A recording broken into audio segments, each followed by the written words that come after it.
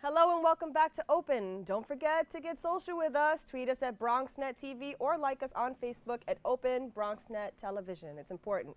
The 30th Bronx Puerto Rican Day Parade will be taking place on Sunday, June 5th. But before the parade comes, there are the pageants. Joining us now to share their experiences, we welcome 2016 Ms.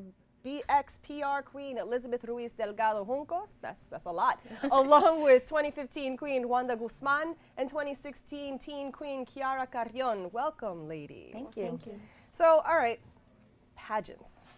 People have a certain idea of what a pageant is about. Could you tell me why the pageant was important for you to do? Okay. Well, I've been doing the pageant since 2014. I actually ran 3 times. The first year I did not place. Last year I placed. I became second princess of the 2015 Bronx Puerto Rican Day Parade. And then this year I won queen. Ever up and forward, go yes. ahead. Never give up. But what everybody has a misconception that it's a beauty pageant. It's not a beauty pageant. It's a cultural pageant. Okay. And we have little girls from the age of 6 to women up to 60 and over competing in these pageants. And what they choose is a queen, a first princess, and a second princess because they believe those are the best representatives of our culture, our community. So what does that mean, a cultural pageant? What do you have to do at these pageants? Well, you have to show your heritage, something about Puerto Rico, something of your town, whatever you feel that represents your culture the best, or whatever it is part of your town. So, was this your first time in the pageant? Actually, it was my first time competing in this pageant, and it was the best experience that I could have ever had in a pageant. What did you do? What were some of the things that you had to do at the pageant? Well, we had to do talent, evening wear, and we had to do a group dance in the beginning called the Pumpa Plena, which was really cool. And so I did my talent, I did dance, and I did a street jazz dance, which was really different from all the other things that everyone else was doing, which was really interesting. What was the town that you represented? Corozal. Corozal, and you? Cataño. And which town are you representing? My father's hometown of Juncos, Puerto Rico. Juncos, all right, well there you go. So talk to us a little bit about the parade. Why is it important then that we have this parade here in the Bronx? I mean, we have the big one in Manhattan, but why in the Bronx? It needs to happen in the Bronx because it's not only about Puerto Rican culture, it's about the Bronx community as well. A lot of Puerto Ricans live in the Bronx, work in the Bronx, shop in the Bronx.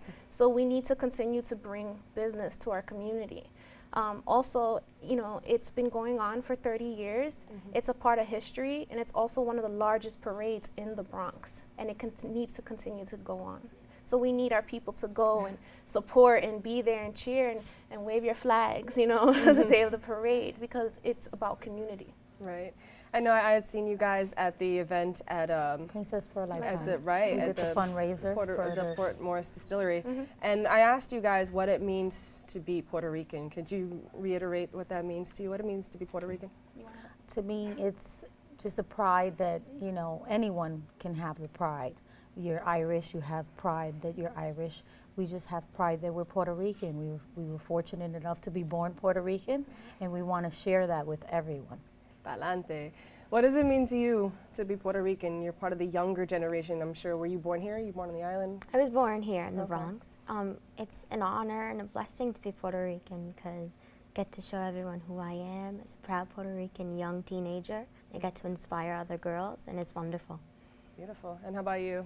I represent, you know, the fuller Latina woman, and that we come in all sizes, colors, everything. And to me, being Puerto Rican is family. We're very big on family and neighbors and making sure everybody's taken care of. Like, you haven't eaten, come on in, my door is open. That's how they are in Puerto Rico. So to me, to be Puerto Rican means love and means family and means culture. Don't tell anybody, but I'm Puerto Rican too.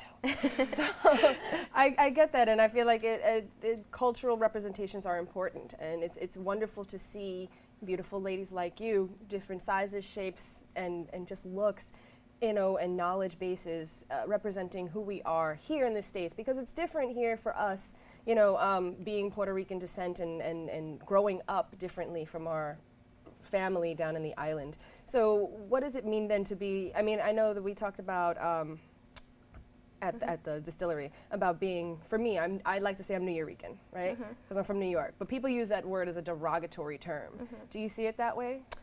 Actually, ironically, my talent, I did a poem that I wrote myself, and I spoke about being New Yorican, being Taína, and to be Puerto Rican. And I was also born here in the States, but I read and I write and I speak Spanish as well. So I made the New Yorican stigma something positive. You know, I always felt like I was in between. And we're not in between, because both of my parents were born in Puerto Rico. And my family before that was all come from Puerto Rico. So I was born here, but as long as you speak the language, because that's what leaves, you know, it keeps your culture alive, the language. So I don't think it's a bad thing. A lot of Puerto Ricans migrated here to New York in the beginning. So this, to me, this is like Puerto Rico part 2, you know what I mean? Like, it's the same thing. As long as you know the language and you visit your, you know, the island and you become aware of your history, there's nothing wrong with being New Yorican. I wear that proudly. I was born in Puerto Rico. Oh, so talk to me a little bit about that. So being born in Puerto Rico and coming to New York was very difficult because my mom and myself, we did not speak a lick of English. Spanish was the first language. So now you have to go to school and you have to learn everything. And I had to teach my mom English. And my mom's been here for a long time and she still has a super accent because she was over there. I mean, I've lived in Puerto Rico as well. So it was really difficult because the traditions that happens in Puerto Rico, they kind of get lost here in New York. So I made sure for my children to keep those traditions and the culture alive over here in New York. No matter what season it is, there's always something cultural and Puerto Rican happening in the house. I like this. Absolutely, something happening, something happening. What are some of your duties as a reigning princess or queen, or what do you guys do? Well, they just started. Okay. Well, what are some of the duties that you guys have on your plate now that you've been crowned?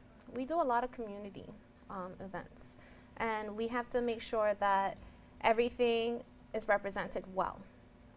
You learn a lot about the culture. Like over the past 3 years, I've learned so much more about my culture. I know things that my parents didn't even know, and they were born over there, you know? But, you know, we do community work. We have to, you know, take a stand on our own and see what's going on in our community and see how we could help everyone. And we're role models, you know? We need to show little boys and girls that, you know, look at me. Look what I am now. Never give up. And never give up on your dreams. What do you look forward to the most in your year of reign? I look forward to really inspiring other young girls in the community because it's something that's kind of gone down a little bit, you know, like the bullying started and everything. But I think mostly just inspiring and giving back to my community is something that I really look forward to. Great. So we're going to close out, but can you guys tell us when the parade is and where people should meet you guys? Okay. Well, the parade is on June 5th, Sunday. It starts at 12 and kicks off, but we actually have a pre-parade celebration at 11 at Poe Park. And the parade runs from East 192nd Street in Grand Concourse to Van Cortlandt.